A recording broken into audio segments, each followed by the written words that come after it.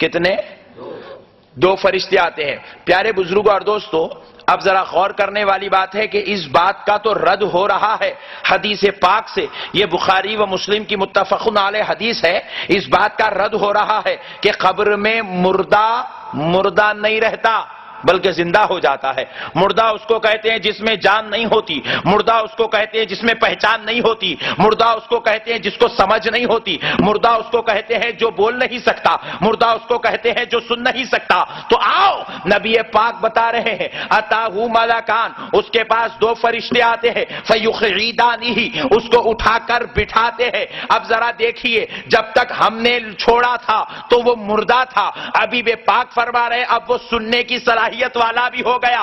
اب ذرا دیکھیے، فرشتے آتے ہیں، فیقعدانہ، اس کو اٹھا کر بٹھاتے ہیں، اور اب ذرا غور کیجئے بٹھانے کے بعد کیا کرتے ہیں۔ پیارے بزرگوں اور دوستو، سوال ہوتا ہے ما کنت تقول فی ھذا الرجل لمحمد صلی اللہ علیہ وسلم، کہ ذرا بتا یہ جو حبیب پاک ہے جن کا نام محمد ہے، یہ جو تیری مزار میں آ چکے ہیں، ما کنت تقول فی ھذا الرجل، اگر کوئی عربی گرامر کا پڑھا ہوا انٹر کا طالب علم ہوگا تو یہ بات اچھی طرح سمجھتا ہوگا۔ ھذا الرجل کا مطلب یہ ہے یہ ذات، یہ آدمی۔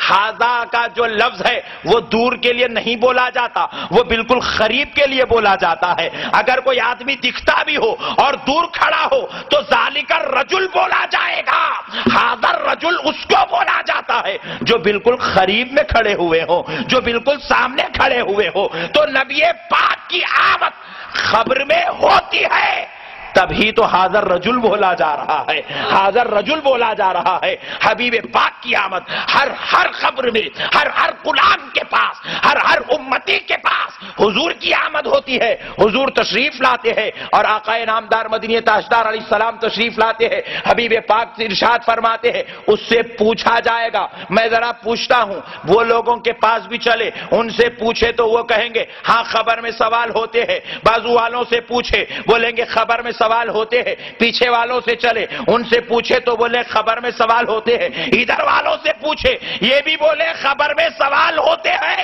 تو پھر میں کہتا ہوں مردہ ہے۔ تو سوال کیسے ہو رہا ہے؟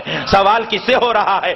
سوال سننے کے لیے زندہ ہونا ضروری ہے، زندہ ہونا ضروری ہے۔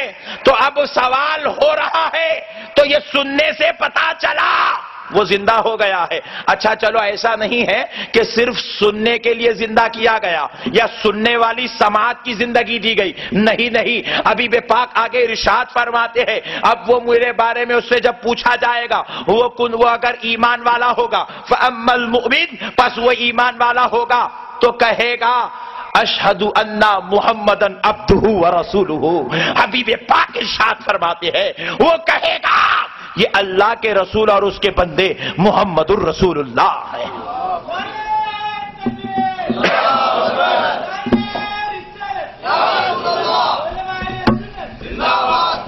پیارے بزرگوں اور دوستو، پتا چلا صرف سن نہیں رہا ہے بلکہ بول بھی دے رہا ہے، اور بولنے کے لیے پہچاننا ضروری ہے۔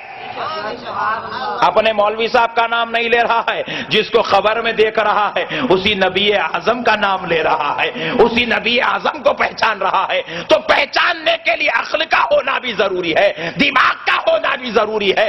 تو پھر اب دیکھو، اٹھا کر بٹھایا گیا تھا فیقعدانہ، بیٹھنے کے لیے اب اس کے جسم میں بیٹھنے کی صلاحیت ہونا ضروری ہے۔ تو بتلایا گیا کہ پورے شعور کے ساتھ خبر میں زندہ کیا جا رہا ہے۔ اب اور ایک بات دیکھ لو پیارے دوستو، بعض لوگوں کے بڑے خطرناک اعتراض ہوتے ہیں۔ میں اپنا ایک عقیدہ دیتا ہوں، اگر سمجھ میں آئے تو ورنگل کے پیارے سنی بھائیوں قبول کر لو، نہیں سمجھ میں آئے تو واپس دے دو، میں اپنے ساتھ حیدرآباد لے جاؤں گا، وہاں کی قوم بڑے اچھے انداز میں سمجھتی ہے۔ یہ میرا عقیدہ ہے، میں نے کسی کتاب میں پڑھا نہیں ہے، میں نے کسی مولوی سے سنا نہیں ہے، یہ میرا اپنا عقیدہ ہے۔ میں ایک سوال کرتا ہوں کہ حضور نبی پاک ارشاد فرماتے ہیں جب میت کے پاس اتاہو ملکان، دو فرشتے آتے ہیں، فیقعدانہ، اس کو اٹھا کر بٹھاتے ہیں، اور کس لیے بٹھایا، کس لیے جا رہا ہے؟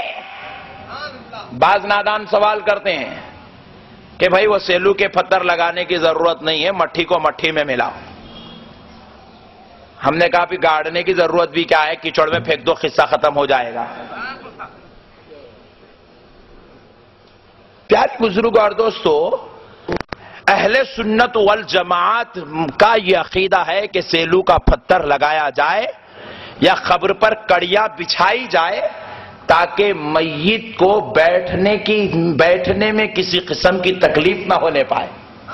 حدیث پاک ہے، میت کو قبر میں فرشتے آ کر اٹھا کر بٹھاتے ہیں، اور ہمارے خاندان والوں کو آپ نے دیکھا بھی ہوگا، جب ان کو قبر میں لٹاتے ہیں تو سرانے کی ڈوری کھول بھی دیتے ہیں تاکہ کسی قسم کی تکلیف بھی نہ ہونے پائے۔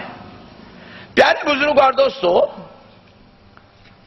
میں پوچھتا ہوں کہ وہ بیچارہ بیٹھا تھکا، ابھی گیا قبر کو آرام کرنے کے لیے، کچھ دیر لیٹنے سونے کے لیے، ابھی گیا ہی نہیں، اس کو اٹھا کے بٹھا دیا، یہیں کاؤنٹر پہ بیٹھ کے مارا۔ یا بیچارہ اتنا بیٹھا بیٹھتے بیٹھتے پیٹ نکل گیا،